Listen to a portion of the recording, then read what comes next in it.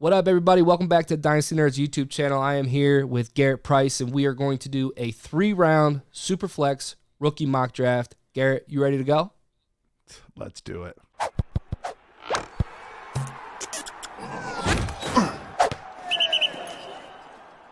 Dude, I don't know what it is. I know I'm not alone in this.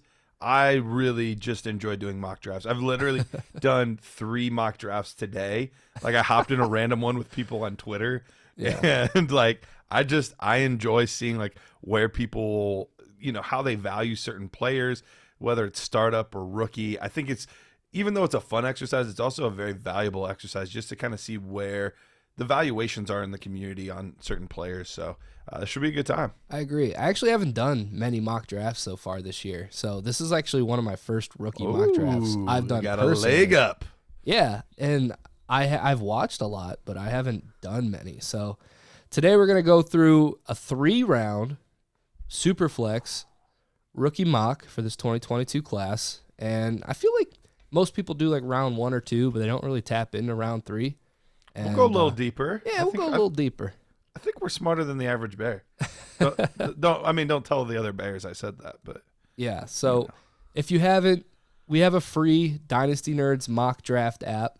You can draft these rookies now, and they'll actually sync with your leagues if you're a Dynasty GM member. So if you haven't yet, go to the App Store, Google Play Store, download the Dynasty Nerds mock draft tool. Get it, check it out, do your rookie mocks, add to our ADP, and let us know how you do. Send us some screenshots. So we're going to get started here. We have a 3-round, like I said, Superflex mock draft. Garret, you want to take the first pick? You want me to go first? You go ahead. I'll let you go. I know who you have liked over the process. I'm curious if this is still your top guy or not. So I'm curious to see who you take first. Okay. I will go first. And the way we're going to do this is we're each going to take a pick. So it's going to go me, Garret, all the way through 3 rounds. We're not going to hit on too much player analysis or else this is going to go way too long. Yeah, you're going to get a good feel for who we value, where we value them, just by simply where we're selecting them at. So I'm on the clock. I'm going to click start the draft here. And, oh, man, pressure's on already.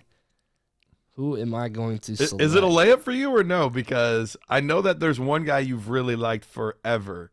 I know. But and the narrative has shifted. It has, and I'm gonna go with the narrative, and because I like him. Okay. I think you know who it is. He's gonna give us the rushing floor in fantasy football that we all covet, and he's gonna get taken in the first round. So I'm gonna go with Malik Willis from Liberty. I really liked what I saw from him at the Senior Bowl. It seemed like all the players out there were gravitating towards him. Gonna give us those rushing yards, like I just said. So I love Malik Willis, especially if he lands in Pittsburgh. And there seems to be a lot of smoke around that, but I'm not sure they're going to be high enough to take him. No, that makes a lot of sense. That's more than likely who I probably would have gone with too had I had the first pick. But it's really, really close. And I'm going to do something that's a little out of character for me. I'm a big quarterback and Superflex guy. Like I preach it, but also something I preach is you can't miss with your early picks. Like you got to make sure you hit. And I think that there's only one player that I have supreme confidence in at this point that I do believe he's going to hit, especially at this point, regardless of the situation, where they land, all of that kind of stuff. And I think that player is none other than Breece Hall. So I'm going to take Breece Hall at 1-2. I love it. I don't think there's any question that he's going to hit multiple times in his first 5 years in the NFL. I think he's probably going to get second-round draft capital. So I think so too, yep. All right, so I'm on the clock here with 1-3, and I'm going Kenny Pickett. This is an easy selection for me. Guy I've been high on for 3 years now, torched the ACC this year at Pitt. I really like Pickett. I think he can come in right away, and you know what you're getting. The NFL team that selects them, they know what they're getting. He's able to change protections at the line of scrimmage, can make every throw, and he actually gives you a little bit of mobility with his feet, can make plays on the run. I think Kenny. What about his hands, though, Jared? What about his hands? Hey, he played at Pitt. I'm just asking. I know. I'm just asking. He played at Pitt. I hit on this in my last podcast episode. The hand size doesn't matter for me with Kenny Pickett. Okay, so, I'm just checking. Yeah, I know. You hit a soft spot there for me. All right, so does that mean I'm up? I get to pick a 1-4 here? Yes.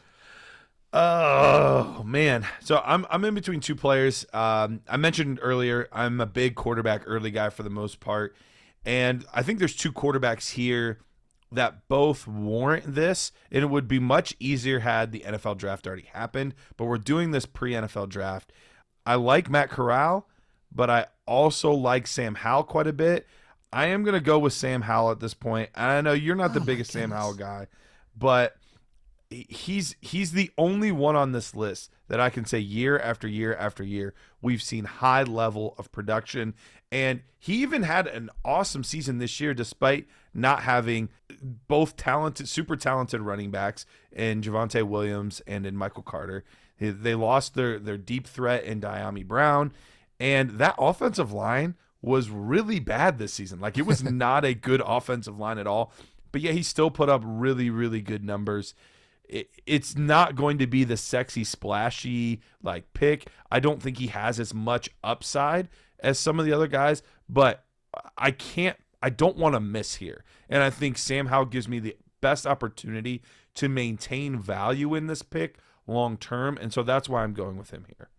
Okay, I don't hate it. You know what the craziest stat from Sam Howell this year was? Is he had over 800 yards rushing. That was crazy because he's not this crazy good athlete. Yeah, and he's not a subpar athlete. He was recruited as a dual threat quarterback. So, yeah, I mean, he's a better athlete than we give him credit for. Probably so. It's probably because we look at him and see Baker Mayfield because he looks just like Baker Mayfield. He does. All right, so you went Sam Howell. I am going at 1-5 with Matt Corral. I got to take the quarterback. I got to take the quarterback. I'm not team building here. Obviously, we're rotating picks, so I'm picking independent of any of my other picks that I have here, and I'd be really happy at getting Matt Corral. That's the nice thing about this draft class this year. You know, we may not have the top echelon quarterback class, but I think we have 4, maybe even 5 first-round quarterbacks. Yeah. So when they get that first-round draft capital, that's all I'm paying attention to, and then I'm going to divvy them, you know, based on where they land, you know, what kind of receivers that they're going to have around them, you know, where they land in general. I mean, if they land, you know, the New York Jets aren't selecting a quarterback this year, but I'm just using them as an example because if they land in New York or somewhere like that, or even Cleveland. So, I mean, if you go somewhere like Cleveland or the New York Jets or something, it's just not a very stable organization, especially for quarterbacks. So, but if they were to go to somewhere like Pittsburgh, like that is a stable franchise, then I'm going to move him around. So I like Matt Corral. I think he has all the tools. He can make plays with his feet. He can make any throw. I really love his moxie. I think he kind of brings that Baker Mayfield type attitude to the quarterback Only Sam position. Howell's allowed to be him. You can't compare Baker to two quarterbacks. Yeah, they remind me of like their competitive toughness a lot. But I like Matt Corral. I'll take a shot at him at 1-5, especially if he's a first-round quarterback. If he's not a first-round quarterback, I'm not taking him in the first round at all. So yeah, makes sense. Yeah. Moving on. 1-6, Garrett, you are on the clock, sir. This is going to be my struggle this entire rookie draft season. Do I take Treylon Burks or do I take Garrett Wilson? And I'm going to struggle with this till the day I die, or until at least the NFL draft. Please don't die. Please don't die. Right now, I do think, just once again, I'm going for, I don't want to miss. So if I'm going for that, I'm going to take Garrett Wilson here. I don't hate it. I think Treylon Burks has the higher ceiling. He's definitely the superior athlete overall, but Garrett Wilson is so refined. He's the closest to a can't miss kind of prospect at the receiver position that we have in this draft. He's not at the same level as, you know, Jefferson and CeeDee Lamb and, you know, like those guys, but I think he is very good and I think he is very stable. So I'm going to take Garrett Wilson here, but I said this on the Nerds podcast. If we were to do this 10 times, I'd probably take Treylon Burks, like 4 or 5 of them. But there's just a hair more stability in Wilson, and so I'm going there. I don't hate that at all. I love Garrett Wilson. He has the best ball skills in this class. I think he's a guy that's going to be a chain mover at the next level. You can play him inside. You can play him outside. You can throw the ball up to him. He runs great routes, has a great release package off the line of scrimmage. I think, you know, we have the combine right around the corner. I could see him running like a 4.5, 4.55. I think so. In that Yep, range. I agree. Great in the open field, makes players miss. I love Garrett Wilson. I think he's an extremely safe pick, so I don't hate that at all. I am curious to see what his vertical is going to be, because do you remember that catch his freshman year against Clemson? Yeah. Oh my gosh, that was unreal. absurd. One of the best catches, like in terms of like body control, that I've maybe ever seen. Absolutely, as a true freshman too. Yeah, and wild. Make sure we'll get a picture of that up Get a on clip the screen of it for the video. Yeah. If you're just listening to this, make sure you go to the Dynasty Nerds YouTube channel, subscribe, check out the video. We have a lot of other YouTube content coming too. We just did a new series last night. We recorded it 2 nights ago, right? You, Rich, and I. Dynasty team audit. We broke down a Nerd Herd members team using a Dynasty GM tool. It was awesome. Check it out. Go to the Dynasty Nerds YouTube channel. I am on the clock at 1-7. You were leaving me with a very tough decision, and I don't like it at all. I came into this mock draft hoping that you were going to make this decision for me. I'm going to go running back. Oh, I didn't think that's what you were going to do here. I'm going to go running back, man. I love taking running backs in rookie drafts. It's a great time to get them. It is, because they come in and they can produce right away. Wide receivers typically take more time, so they immediately have value typically. And first-round running back, their hit rate is a lot higher than a first-round wide receiver in rookie drafts just historically. So it's more of a can't-miss type pick here. So I'm actually going Kenneth Walker. Oh! Not man. Isaiah Spiller. A little bit off the board here. I like it. Dude, I have them neck and neck in our nerd score right now. I like Kenneth Walker. I mean, you know, I've been high on him since his Wake Forest days, and I was watching like Sage Surratt film, and I was like, who's this running back? And we never liked Sage Surratt, for the record. Do you remember when he was in the first round of like NFL mock drafts? Well, we did our film nerd session on him. We tore him apart. Yeah, we were like, why are people high on this guy? Yeah. That's the Devy community in a nutshell, man. It's an echo chamber on Twitter. People get high on people for no reason and don't do the research, kind of like Max Borghi. We tore him apart. Oh, yeah, that was the same offseason. That was a rough offseason. Yeah, do your research, fellas. But Kenneth Walker, I there's not much he can't do. The one question mark is, can he catch the ball? You know, he only had 13 receptions this past year. His 2 years at Wake Forest, he only had 3 each of those seasons. So, you know, the times that I did see on film where he was catching passes, it didn't look like he's incapable of doing it. Like, it didn't look like he was fighting the football or anything like that.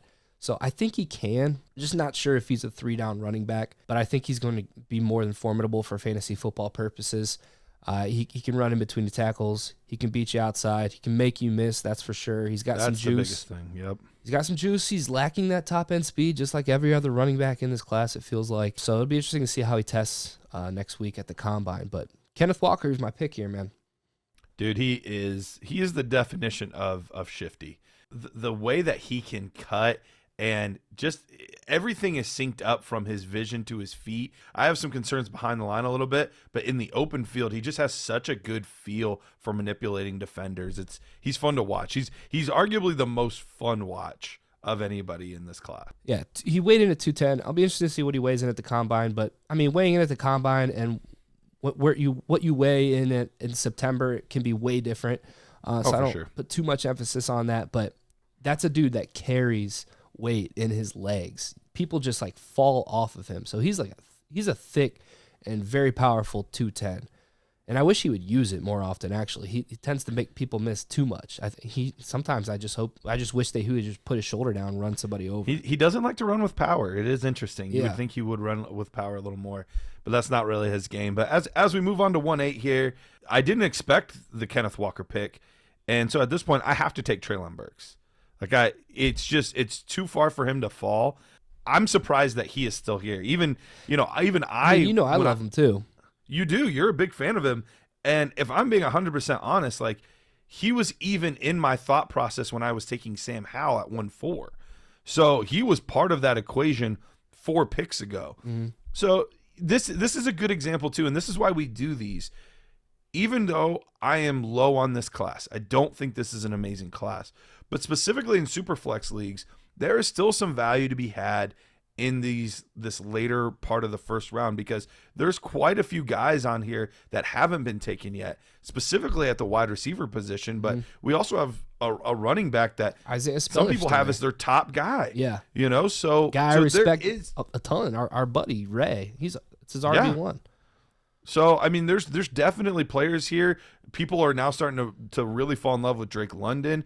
Daniel Jeremiah recently mocked him at 7 overall in the NFL draft. So, I mean, like, there's still some players to be had here at this point. So, I think it's good to be aware of, the strength and weaknesses of certain classes and which drafts are better and worse. And don't get me wrong, 23 is definitely better, especially in the first round, than this class.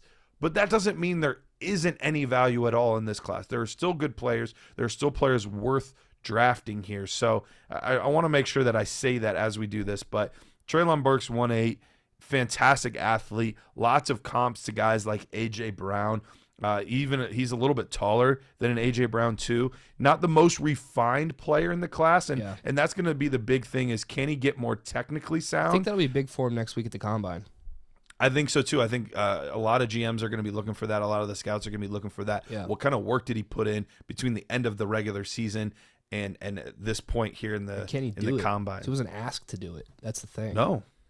No, it's going to be interesting to see how it goes, but he is definitely a potential home run threat at this point in the draft. Getting Treylon Burks is crazy at 1.8, like you said.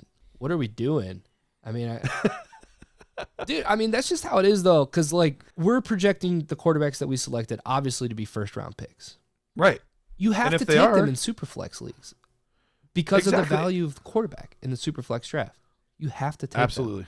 And there's a deficiency at quarterback in the NFL right now. Yeah. We've had a lot of guys leave. Ben Roethlisberger just retired. Brady just retired. Last year we lost Rivers and Breeze. Like, there's 4 starting quarterbacks that we lost just in the past few years. We didn't even have Deshaun Watson this past year. Hopefully he's going to be back this year. There's other guys that have fallen off. Cam Newton isn't relevant really anymore. Baker's not where we wanted him to be. Ryan Tannehill's not where we wanted him to be. Like, there's a real deficiency at the quarterback position. And then we thought the saving grace was going to be last year's quarterback class. We thought, man, there's going to be 3, 4, 5 quarterbacks in here that are going to come and save the NFL landscape. And none of them looked that great. Yeah. I mean, you can argue Mac Jones had a good season, and I think there's a good argument to be made for that, but not for fantasy purposes, it wasn't. Yeah. It was good for real NFL purposes. And Justin Fields showed flashes. Trey Lance, like, all these guys showed flashes, but to say that I have supreme confidence in any of them like I did Burrow and Herbert going into their second year, it's eons different. 100% agree. All right, 1-9 on the clock. I gotta stick with it. I gotta go to Isaiah Spiller. I think good pick. This is just the draft this year. Getting Isaiah Spiller at 1-9, yeah, it seems crazy, but like we just talked about, we already took 4 quarterbacks, assumed to be first round picks. I think that those are all very likely to happen. Breece Hall going early, very likely to happen. And then between Jamison Williams, Drake London, Treylon Burks, and Garrett Wilson, that's my tier 1 of wide receivers. Take them how you want. And personally, I would have Jamison Williams higher than all those guys. But I got to go running back again here. Isaiah Spiller, I really like him. Another guy that projects as being a workhorse, possibly a 3-down running back at the next level. He's got the size for it, 6'1", 215, 3-year starter in the SEC. Produced numbers all three seasons. He in 2021, 1,011 yards rushing. 2020, 1,036 yards rushing. Basically had 1,000 yards. He had 1,000 all-purpose yards, let's call it, in 2019. So a guy that can do it all, catches the ball out of the backfield, can make people miss, can get his pads low, run you over. I like Isaiah Spiller a lot. He's lacking that top end speed, just like every other running back in this class, like I said earlier. So real happy to get Isaiah Spiller here at 1-9. No, I think it's a really, really good pick. And, the running backs are really, really interesting in this class. For me, at this point, Breece Hall has really carved out that top spot. And it would take something drastic on draft day for him to not be my RB1. I think it's just clear as day for me. I don't care if he ends up being the 3rd running back off the board. he's still going to be my RB1 most likely, unless he ends up, why is he in Carolina with Christian McCaffrey? Yeah. Unless something stupid like that happens, he's going to be my top guy. But once you get to Kenneth Walker, Isaiah Spiller, and then there's a litany of other running backs below him that I don't think are that far off. And it's interesting, Lance Zierlein was talking today, and this is kind of something that I've alluded to many times, even with some of my posts and things like that on how I've graded these players. There are a lot of round 3 type of running backs, like NFL draft round 3 running backs, round 4. Like, there's going to be a lot of guys in that range that are good running backs, but not great running backs. And it's going to be this, like, pick your poison, what's your style, and some of them could really hit and be awesome, and others could be absolute duds. So there's a weird depth to this class because it's not deep at all at the high end. But when you're talking about potential running back 2s and 3s for your fantasy football team, there's a lot of guys that could eventually be in that kind of tier. And I love taking those in my rookie drafts because if a guy goes down, running back it's so easy to plug in, and they're going to get the volume. So those are guys that I can pivot off of, trade away if I need to, or I can use them to help win if I'm in that position. So 110. Oh, that's you. You're 110. That's me. Yeah, you're on the clock, buddy. Okay.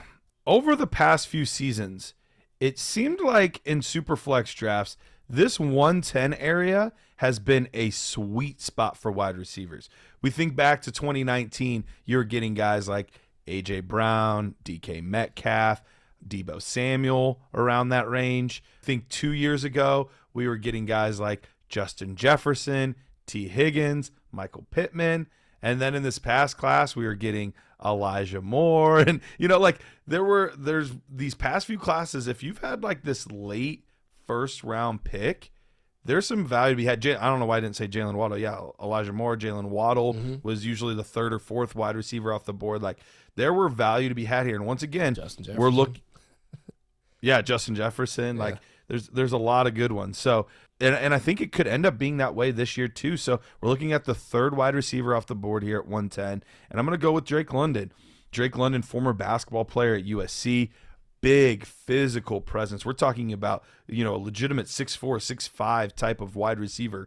And you see shades of his former teammate, Michael Pittman, in his game, where big and physical, but also loves to make things happen after the catch. Yeah. More athletic than you would think for somebody of that size. So I'm a fan of his, and he's growing on me the more I watch him. Yes, there's some finer things that he could clean up. You're talking about raw upside. He could be just a monster in the red zone. Yeah, he's a guy that as more all 22 continues to come out, or we have I'm cutting him up right now. Yeah, I've just continued to watch more and more, and I keep falling deeper and deeper in love with this guy. This isn't Valentine's Day. Yeah, sorry. No, I love Drake London. Actually had him at wide receiver 1 for a while coming into this process.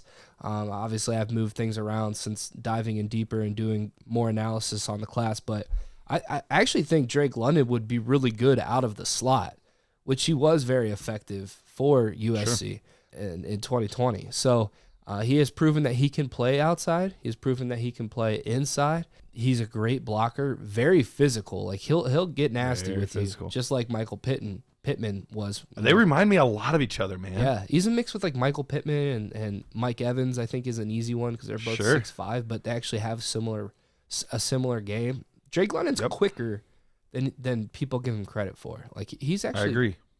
You see that basketball skill set? Yeah. Yep. So I would love the Browns to get Drake London, man. That'd be great. As a Browns fan. We could just get him the ball. Yeah, right. So I love this pick, especially getting him at 110. So load up on these first-round picks, guys. If you have second-round picks in this class, try to trade up. Get into this first round. Get some of this top-notch talent in this class. All right, I'm on the clock here at 111, and I know you know who I'm taking here. Yeah. I have to take him.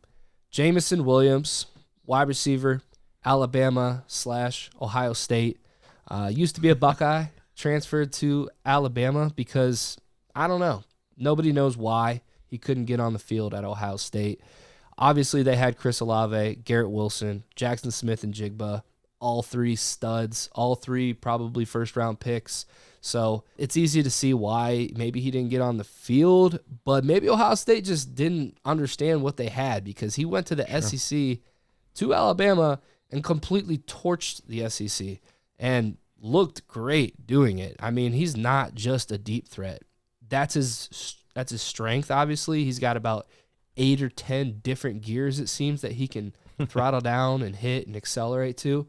Sure. But I mean, he's got a good release package. He gets in and out of his breaks, and people obviously are going to give him a really big cushion just because of his speed. So that in itself just creates space. We see the NFL running a lot of these wide receiver screens.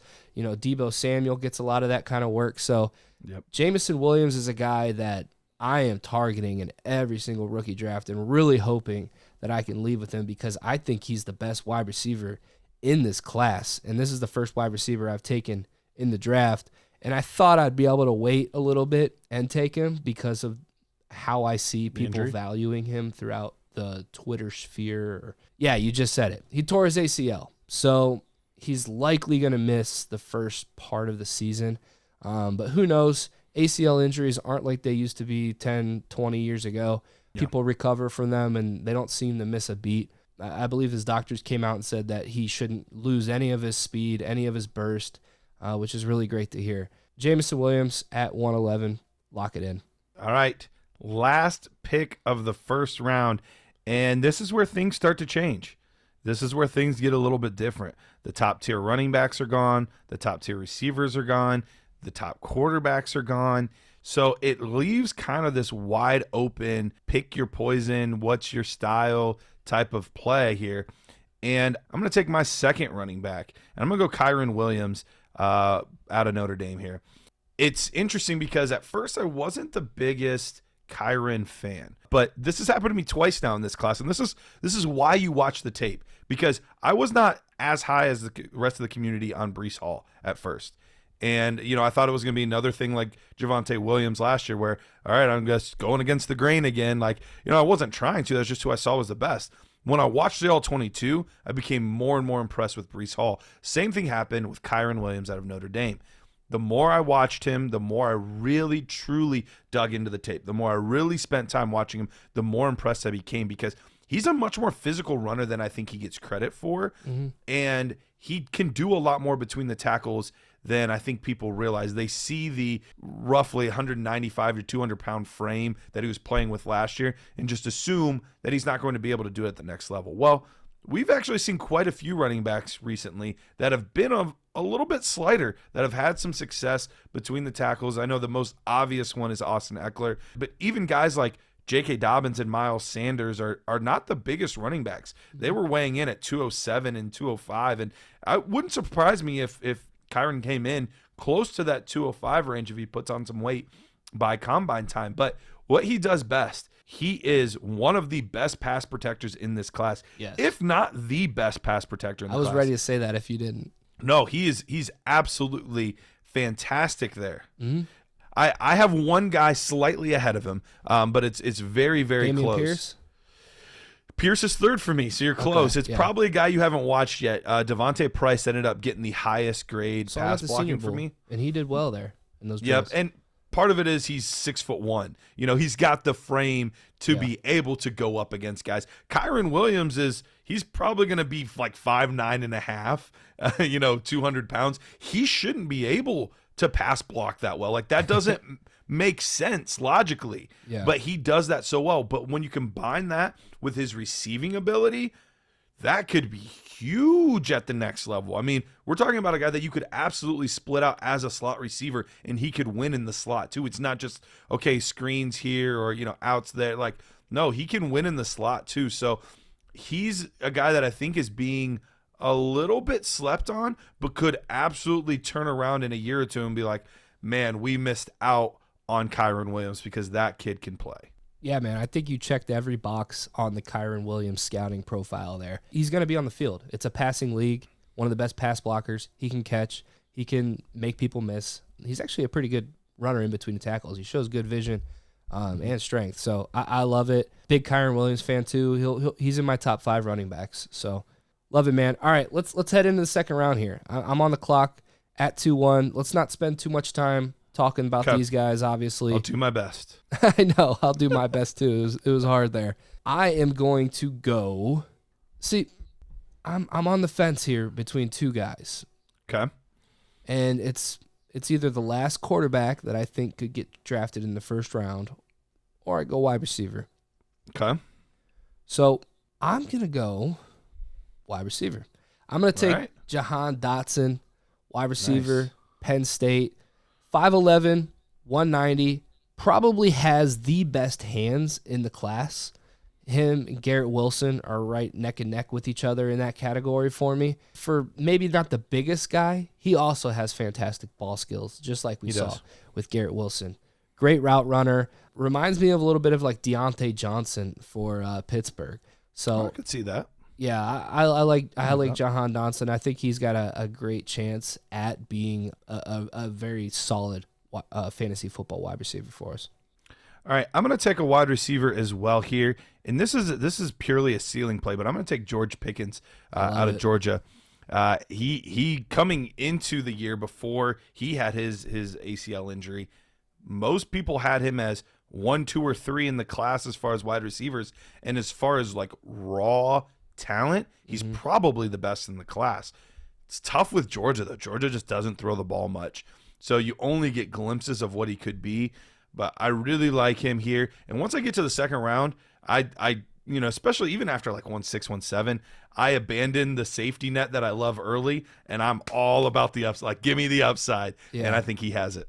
I like Pickens as well. I'd probably take him next if I were to take a wide receiver. So I'm gonna go back to who I thought about taking before, and that is Carson Strong, quarterback from Nevada. So I love Carson Strong as far as arm strength, pocket passers go. Makes checks at the line of scrimmage when you watch his tape. You can tell he just has a command of the offense. Now, he really made me scratch my head when I saw him at the Senior Bowl. He let me down a little bit. It just seemed like he was pressing. The arm strength really didn't pop for me like I thought it would. Malik Willis had a much stronger arm there in person. If he goes in the first round, I'm in. I'll take him. I might even take him in the back of the first round. So I'm taking him here with the understanding that he might go like 31 or 32. I forget where Detroit's second pick is. They have 32 because they had the Rams pick. Yeah, okay, 32. So I'm just kind of projecting him there. I've seen him go in a couple mocks in the first round. So Carson Strong for me, 2-3. You're on the clock, 2-4. I'm gonna take the other quarterback, the one that I like a little bit more than you do, and we tend to agree quite a bit. This one we don't agree on as much, but I'm a Desmond Ridder guy. I like what I've seen out of Desmond Ridder. You're talking about a guy that's proven to be a winner over and over and over again. Really good athlete. We've seen the NFL emphasize athleticism more than they ever have at the quarterback position, and he has a very strong arm in his own right. It's the accuracy issues that are going to haunt him. Can he improve upon that? Because even his decision making wasn't terrible, but it's just, can he be accurate enough? And that's really what it's going to come down to. If he can improve, then we're looking at a guy that could be an absolute steal at this point. But I could just as easily be lighting this pick on fire. So who knows with Desmond Ridder? He could easily end up similar to Jordan Love, where he sneaks into the first round as a project, or we could see him not get taken till end of day 2, maybe even beginning of day 3. Like, he has such a wide range of outcomes. None of those would surprise me, but I'm going to take the upside here at the quarterback position. I don't hate Desmond Ridder. I just don't project him as being a first round pick. So I kind of push him back a little bit as far as my rookie analysis goes. But as far as Superflex leagues, if he does get like even second round draft capital, I'd be interested in back of the second, even mid-second for like his prospect profile. He kind of reminds me of like Jalen Hurts coming out. Exactly. Like, same profile, not the most accurate quarterback, but he's going to make plays on the ground, and he seems to have those intangibles just like Jalen Hurts did. He's a winner. That's all he's done at Cincinnati is win. So I like him. I think a team is going to take a shot on him. I just don't think in the first round. But if he does get the opportunity to start in the NFL, I wouldn't be surprised if he starts winning games. Sure. I just hope he ends up being, we see something similar to what Josh Allen did, where he can improve greatly on that accuracy and not be, the next Terrell Pryor, where, yeah, he's a really good athlete, but he is not a quarterback. So that's what I'm hoping for. All right. I'm on the clock 2-5, and I don't know what the hell to do. No, I'm just kidding. There's a couple guys here that I like. Especially for my style on how I handle my rookie drafts. So I'm going to go Rachaad White, running back from Arizona State. I like Rachaad White because he may be able to be a 3-down running back at the next level. He's got the size. He's got the skill because he can catch the football. He caught 43 passes this past season. He's a JUCO guy. He was a 3-star prospect coming out of high school, ended up not getting any scholarship offers, so he went the JUCO route. He averaged 6.3 yards per carry throughout his career at Arizona State, so he can do it all. I like it. I like taking a shot on Rachaad White here at 2-5. He's interesting because he was one of the few players that I heard both one of the biggest winners and one of the biggest losers at the running back position, depending on who you talk to. Like, most people were either like, oh, yeah, that guy was a winner, or oh, yeah, that guy was a loser. I heard, like, very different opinions on Rachaad White depending on who you talk to. Like, some people thought he showed out really well. Other people thought he had like the worst week of all the running Really? backs. So that's interesting. Yeah. I believe it was the NFL Stock Exchange podcast. Oh, okay. I want to say it was Rogers and Sycamore that were talking about that. It doesn't If surprise not, it might have me. been the PFF guys. It was one of those two. I'm not saying it doesn't surprise me because it's those guys. It doesn't surprise me because it was a running back at the Senior Bowl, and they were in half shells the whole week. There weren't any live periods aside from the one-on-one pass blocking drills. So It was pretty hard in team period to get a feel for, how these running backs are. So I'm just going to lead onto the tape. I like what Rachaad White does. He makes plays with his strength, his lower body, but he can make you miss too. So he's got some shiftiness to him. I'll take him here because he projects as possibly being a 3-down workhorse. Not a workhorse, but a 3-down back. Sure. All right, I'm going to take a player that could end up being a first-round pick that still hasn't been selected. That's Chris Olave out of Ohio State. His stock has seemed to fall some from last year and even from the end of the season. People don't seem to be quite as high on him as they once were, but I still see a lot of NFL people talking about him as the end of the first round, beginning of the second round type of wide receiver. Combine. Yeah, it's going to be really interesting to see how all of these things play out, what happens with the narrative on Chris Olave. So, there's some people that even think Chris Olave is better than his Ohio State teammate Garrett Wilson. So yeah, I think they're crazy. I totally agree. But it'll be interesting to see how that whole situation plays out. But if you're telling me that there's a guy that's going to be taken more than likely within the top 50 picks, I'm probably interested in that player. And so give me a guy that's going to get draft capital in a passing league. And, in the middle of the second round, I think that's worth the gamble. Yeah, I think he's definitely going to be a first-round pick because he's going to come in at the combine and run a 4.31. You think he's going to go that fast? Dude, I think he's going to burn at the combine, and people are going to be all over him. And, yeah, people are going to get excited after his combine performance, especially in the 40. I thought he was going to run around a 4.4, but if he starts to sniff that low 4.3s, it's going to be sexy. Yeah, I think he can move. So, and those Ohio State, I feel like every Ohio State player ends up running a faster 40 than we think. That's true. Year. That does tend to happen a lot. Yeah, so I think I don't think Master Teague will run faster than we think. Master Teague. He actually didn't even get invited. Did you see that? I'm not surprised. He didn't even get invited. Another guy that was mocked in the first round last year. Some of these mocks a year early, I'm like, what are you doing? Yeah, we never. I mean, we watch Ohio State every game, and we never said that Master Teague was good.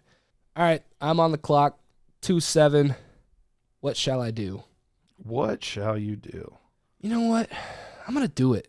I'm going to take Dameon Pierce. I knew it. I was waiting for I actually thought you were going to take him over Rachaad White. I thought he was going there. I should have. I probably should have because I have him graded higher than Rachaad White in my nerd score. I had to pull it up, but I'm so freaking deep in doing all this film watching, I forget who I have graded where sometimes. Should probably be prepared for my own show, right? But no, I mean, Dameon Pierce, I love him. And he's got a weird profile because Florida didn't really use him enough. Only had 100 attempts this past year, 106 attempts in 2020. Only eclipsed 500 yards rushing in both the past 2 seasons. But he had 13 touchdowns this past year. So he's a guy that in fantasy football, I project him as being like that first and second down running back that might be coming off the field for third down, even though he can catch the football and he's a very good pass protector. Very 5'9", good. 220. And Thick. he runs mean. He will run you the fuck over. Actually, surprisingly pretty shifty too. He's nimble. So I love Dameon Pierce. I talked about him, I think, in each of the last 2 episodes. So I have no problem taking him here in the mid-second. Yeah, I really thought you were going to take him at 2.5, so it doesn't shock me at all to see him go here. And I don't know if you saw Lance Zierlein's running back grades that he just put out. Did you see those? No. Guess where he had Pierce ranked? 5? 3. Wow. 3. He was tied. Well, he was tied for third with Isaiah Spiller. All right, so I pull up my nerd score here, and currently I have Dameon Pierce at running back 4. And to hear a guy like Lance Zierlein has him as high as I do, it kind of helps confirm what I'm seeing on tape because, I mean, Lance is a guy that's been doing it for a real long time at a high level. So, absolutely. Well, another guy that Lance really liked came in 5th for him, and he's also my 5th running back right now, and that is Zamir White out of Georgia. Zamir White was the guy coming out of his freshman class. He was the top running back, went to Georgia, and unfortunately his senior year and his freshman year at Georgia tore his ACL, different ACLs, each knee. So there were a lot of people that were instantly just like done, like off of him, wanted nothing to do with him, wouldn't touch him with a 10-foot pole. But then over 3 years at Georgia, he was actually incredibly productive. I mentioned it on one of my earlier videos, but there's only been 4 rushers to rush for over 2,000 yards during the Kirby Smart era at Georgia, and those running backs are Nick Chubb, Sony Michel, DeAndre Swift, and Zamir White. So that's pretty good company to be in. Pretty good. Pretty good. Another guy kind of like Pierce that profiles more as a 2-down running back. I don't see him being used on 3rd down much at all, but good guy that could be like the lead back in a committee somewhere. I agree. I love taking running backs here in the mid-round, in the 2nd and 3rd round. They just have a higher hit rate. Yeah. They have a higher hit rate than wide receiver, and they're easier to predict when they're going to hit. They're easier to use. The guy in front of them goes down, you can trade them. I love flipping 2nd and 3rd round picks. So I'm on the clock here at 2.9. You know what's funny is David Bell's still here, and how far he's fallen. I know. I'm not a big David Bell fan. I'm not either. I feel like we gotta take him before the 2nd round ends. But I don't care. I'm not gonna succumb really to what people want. I'm here to tell you what I think. Absolutely. And I'm gonna take Christian Watson, dude. I thought about him. I'm taking Christian Watson. I love this kid. 6'3", 210. Might run a 4.3 at the combine. Might. It's tough to find. For how fast he is, he actually has very, very good hips.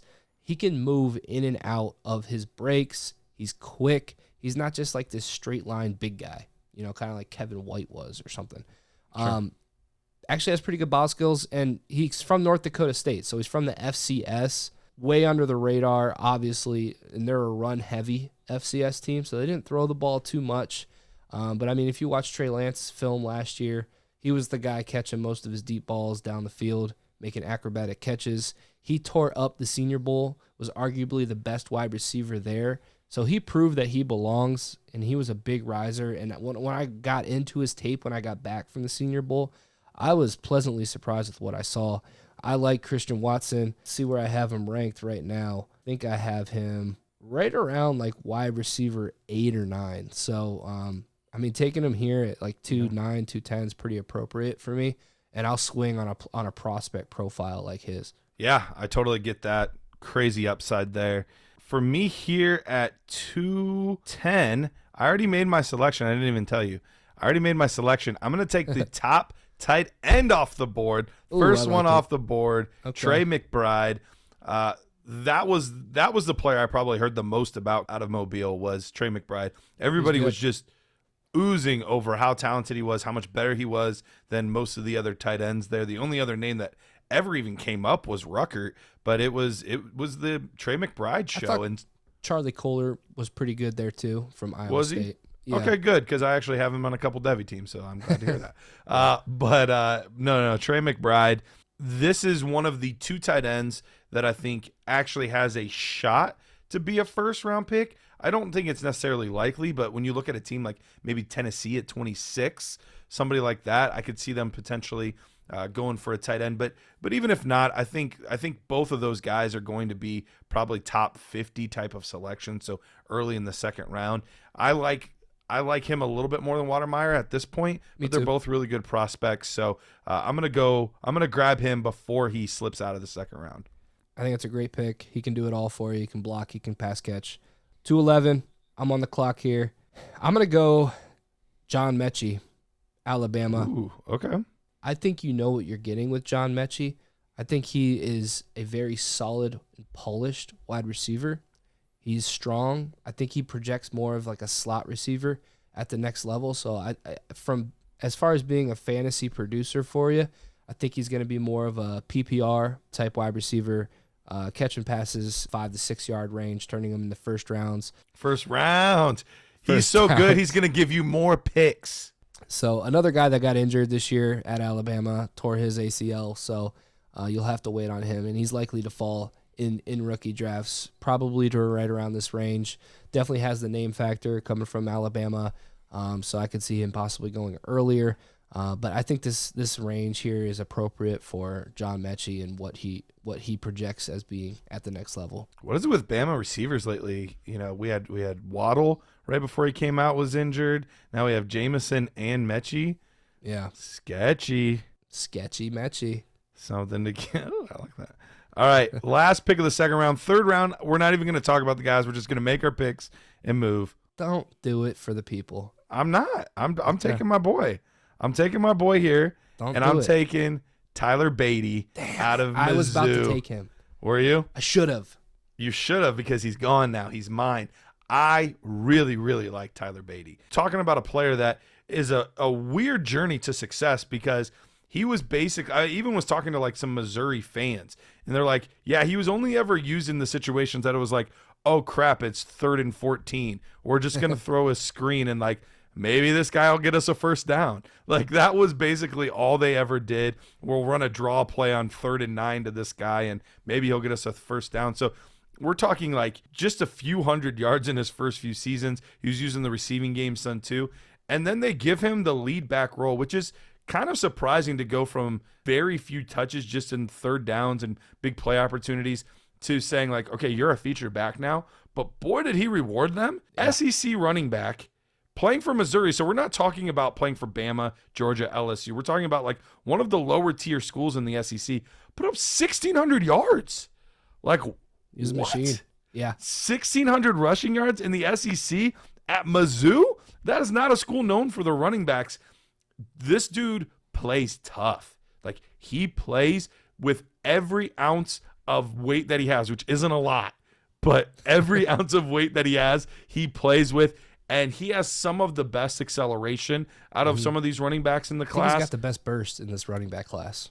He's got my highest acceleration grade so far out of all the running backs. The only one that has a shot to touch him that I haven't dug deep into yet is Jerome Ford. Yeah, but those two are the fastest guys in this running back class. I would say. I'm guessing so as well. So Tyler Beatty, he's going to be my pick here at 212. So let's move into this third round and wrap this up a little bit. And let's kind of go rapid fire a little bit. No analysis. We're just going to go too much analysis here. I'm going to go James Cook, because in the third round, I want a running back that may be able to have like a specific role in an offense. Mm-hmm. And I think James Cook offers that as a pass-catching PPR type running back. And I love having those guys on my team. I think everyone does. Like, if I could get a J.D. McKissick in the third round that can come in and produce for us in PPR leagues, James Cook is that type of player. So I'll swing in the third round all day for him. Absolutely. All right, I'm gonna take Tyler Algier I have some concerns about his vision, but when you're talking about size speed combination, he's one of the best in the class. One of the few guys this late that could project as a 3-down back. So I'll take Tyler Algier. So you are going rapid fire here. Yeah, man. I told you we're going fast. I'll do it. I'm taking David Bell, and some of you may think it's blasphemous that he's still on the board here, but man, I am not a huge fan of him, but I'll take him in the 3rd round for sure. I think he's probably going to get late day 2 draft capital, probably a 3rd round receiver, in my opinion. He's produced every year at Purdue since he was a freshman. I think the data guys and the analytics people are really going to love him because he has that early breakout age, had really great market share numbers at Purdue. Even when Rondale Moore was there, he was still producing. So, and he's got size. So I'll take David Bell there at 3-3. Yeah, I don't blame you. It's definitely worth it. He just doesn't have the home run that I want at this point in the draft, but I understand why you would take him there. So makes perfect sense. Sticking with the home run ability, I'm going to take Justin Ross, another guy that was formerly considered one of the top wide receiver prospects of this class. There were times where people thought he was better than T. Higgins, but some weird stuff with injuries. He's missed a lot of time. But if he can get back even close to his old self, this is a steal. Yeah, the medicals will be huge for him, especially at the combine. I'm on the clock here. I'm going to go Jalen Wademeyer. I'm going to go tight end here. Nice. A lot of people have him as tight end 1. I have him as tight end 2 right now. Great size, can catch the ball, can be a receiver, can block. Taking a tight end here in the 3rd rounds, those are the type of picks I usually make, so I'll take it. I think it's a pretty safe pick.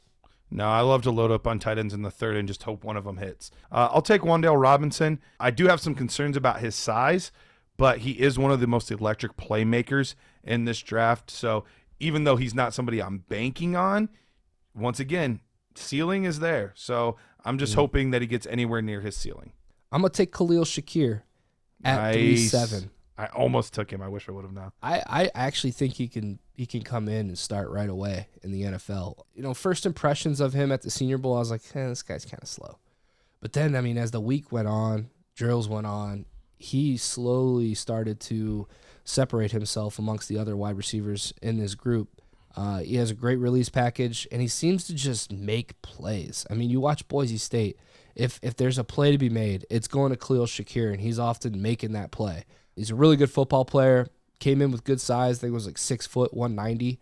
So Khalil Shakir, keep an eye on him. Write him down. I think this is a good pick. I actually think he's going to go higher than 3-7. No, I think that's a good pick. Our buddy Ray GQ comped him to Amon-Ra, and so now I feel like I have to love him because I was a big Amon-Ra fan. So, but I remember watching him when watching some Boise State tape before. So I'm going to take Jerome Ford here. I mentioned earlier I haven't done my deep dive on him yet, but everything I've seen, we're talking about a very explosive player, and he's shorter, but he's still pretty stocky. Former Alabama running back that ended up transferring to Cincinnati, had a really, really good season with the Bearcats this year. There are times where, you know, we mentioned Desmond Ridder's accuracy, where games where he was just off, and then they would just really lean on Ford to carry them the rest of the way, and for the most part, he did. So I'm curious as to how I'm going to feel about him as I dig in more, but a lot of people that I trust tend to like the guy. So I wish I had more analysis on him specifically at this point, but I do like Jerome Ford's potential. Speed, baby. Speed. Fast don't lie. Yeah. All right. I'm on the clock here, and I'm going to go with more of an upside pick in Jalen Tolbert from South Alabama. Yeah. Yeah. Good size, 6'2", 195, good speed. He's another guy that looked pretty good at the Senior Bowl, and I'm going to stick with what I know. But I like what Jalen Tolbert can give you. He's got good ball skills. He's a down-the-field type receiver. So Jalen Tolbert, my pick here at 3-9. You're on the clock, buddy. Okay. I'm going to take Charlie Kolar. You mentioned him, that you thought he looked pretty decent at the Senior Bowl. What I love about Kolar is he is just a monster of a man. Like, he is a big physical player. He's a guy that could easily line up at the end of the line of scrimmage, be an inline blocker, but he's got enough that you could flex him out, have him be a stand-up Y, do a little bit of stuff out of the slot, and I think he's effective enough. He's got strong hands at the catch point. Great hands. I don't know that he's ever going to, have the upside of the Kelseys and the Ertz. And Never. No, but I think he is one of those guys where he could be your tight end 2, and he'd be a really solid tight end 2 for your fantasy football team for a long time. And I think he'll be a good starter on some real NFL team. Yeah, and I think he'll be a really good red zone threat, man. He's a big player with long arms, and his hand. I think he's got the best hands out of all the tight ends in this class. He might. He really might. Yeah, his hands are sticky. Ball hits his hands, it's not falling. So I like it, man. He would be my next tight end to take 2. So I am up here. I'm gonna go Brian Robinson, running back, Alabama. Had a really strong senior year this year. I didn't like him as much the previous seasons, but I mean, if you go back and watch his year, 2021, and obviously he's much bigger than everyone. He was older than everyone this year. He's one of the older players coming into this class. It was like me in middle school, just bigger and older than everyone. Those were fun years. So I'll take him here. I think he'll have a role, possibly. I think he'll get drafted and be on a team and could be like a handcuff guy that the guy in front of him goes down, Brian Robinson's up, and they're not taking him off the field when it's time to score touchdowns. So a guy that you might be able to plug in your lineup. All right, I get the last pick. I'm going to take the converted linebacker, Abram Smith, out of Baylor. Won the award for the best running back on his team at the Senior Bowl. Watching his tape, he's actually got really good feet for and we say converted linebacker. He actually came to Baylor as a running back, was a running back for the most part, then converted to linebacker, and then converted back to running back. So it's not like running back is this foreign thing to him, but he's a guy that's going to be able to play special teams without a problem. Like, he could be one of your best special teams players at the next level. And I know you're saying, Garrett, this is fantasy football. Like, I don't care about special teams, but it gives him an opportunity to be on the field. You're going to hear me say that with guys like him, Algier, different players like that. Players that can do multiple things, play multiple roles other than just hand me the football and let me run. That's going to be appealing. He was another guy that kind of came out of nowhere, had a massive year for Baylor. I was moderately impressed with Abram Smith, everything I saw. I don't think he's going to be one of the top 5 backs in this class, but I think he can do enough that he's going to be a really solid RB2 on an NFL team for a long time. But anytime the guy goes down in front of him, you'll be like, whoa, who just put up 115 yards this pass? Oh, it's Abram Smith? Oh, wow, look at that. Yeah, I actually haven't dug into Abram Smith or given him a grade yet. Obviously, I plan to. So at that point, I'll definitely give my analysis. I did see him at the Senior Bowl, but like I said, running backs were kind of hard to evaluate there. But he didn't look bad. I mean, he looked good. He was voted the top running back in his group by his team members. So obviously something's there. But that concludes our mock draft. Let's go back through it real quick here, just to recap. So round 1, we have Malik Willis, 1-2, Breece Hall, Kenny Pickett, Sam Howell, Matt Corral, Garrett Wilson, Kenneth Walker, Treylon Burks, Isaiah Spiller, Drake London, Jamison Williams, Kyron Williams. That is the first round. Back-to-back Williams. Yes. Then we head into round 2 where we had Jahan Dotson go at 2-1, then George Pickens. Then we had a couple quarterbacks back-to-back here, Carson Strong and Desmond Ridder. Rashad White at 2-5, Chris Olave, Damian Pierce at 2-7, Zamir White at 2-8, two of our darlings in this class. Yeah. Christian Watson at 2-9, Trey McBride at 2-10, John Mechie at 2-11, Tyler Beatty at 2-12. Then we move into round 3 here at 3-1. I took James Cook. You followed that up with Tyler Algier. We have David Bell, Justin Ross, and Jalen Weidemeyer, tight end from Texas A&M. Wendell Robinson at 3-6, Khalil Shakir, Jerome Ford at 3-8, Jalen Tolbert, Charlie Kohler, Brian Robinson at 3-11. And the last pick here at 3-12 was Abram Smith, running back from Baylor. That concludes it, man. How are you feeling? What do you feel? I mean, do you have any takeaways from this? As much as I still don't know about this class, I look and I feel like I do this every year, where I think I just do so much study on these players that it makes me start to like them more than I probably should. But like, I look in the third round, I was like, there's actually some decent names in there. I know, I do that every year. It's actually not that gross. So, but chances are, once you get past mid round 2, everything after that point is a dart throw. So really just look for the guys that either can fit a specific role in the NFL and you know that they're going to be able to fill that role for a while, or just have crazy, crazy upside. If they don't have one of those two things, they're just not worth taking. That's why you might see some players that other people had a little bit higher that fell down our board a little bit. We just don't think they have the upside. Overall, I think we did a pretty good job. I don't think this is crazy far off consensus, but there's definitely a few interesting ones in here. Walker going a little higher over Spiller, Burks falling a little bit. We had the 4 quarterbacks go pretty early, but the other 2 didn't make it in the first round. So it was definitely an interesting mock draft. I enjoyed it. I think so too. And Superflex just adds that variable that a 1 QB just doesn't. I mean, there's a lot of players that ended up falling because we took 4 quarterbacks in the first round. So sure, load up on those back-end first-round picks. You're likely to get some nice players there in this class, especially at wide receiver. In case you haven't yet, make sure you go to dynastynerds.com. Check out that film room. We're uploading a ton of all 22 tape almost every day now. I know, Garrett, you've been hustling with getting that stuff cut up. Shout out to Peter Bartoski. He oversees our film room, and he uploads everything and make sure that everything is managed correctly in there. So we have almost 800 all 22 videos on these prospects. So make sure you go to dynastynerds.com. Use promo code WACK. That's WACK.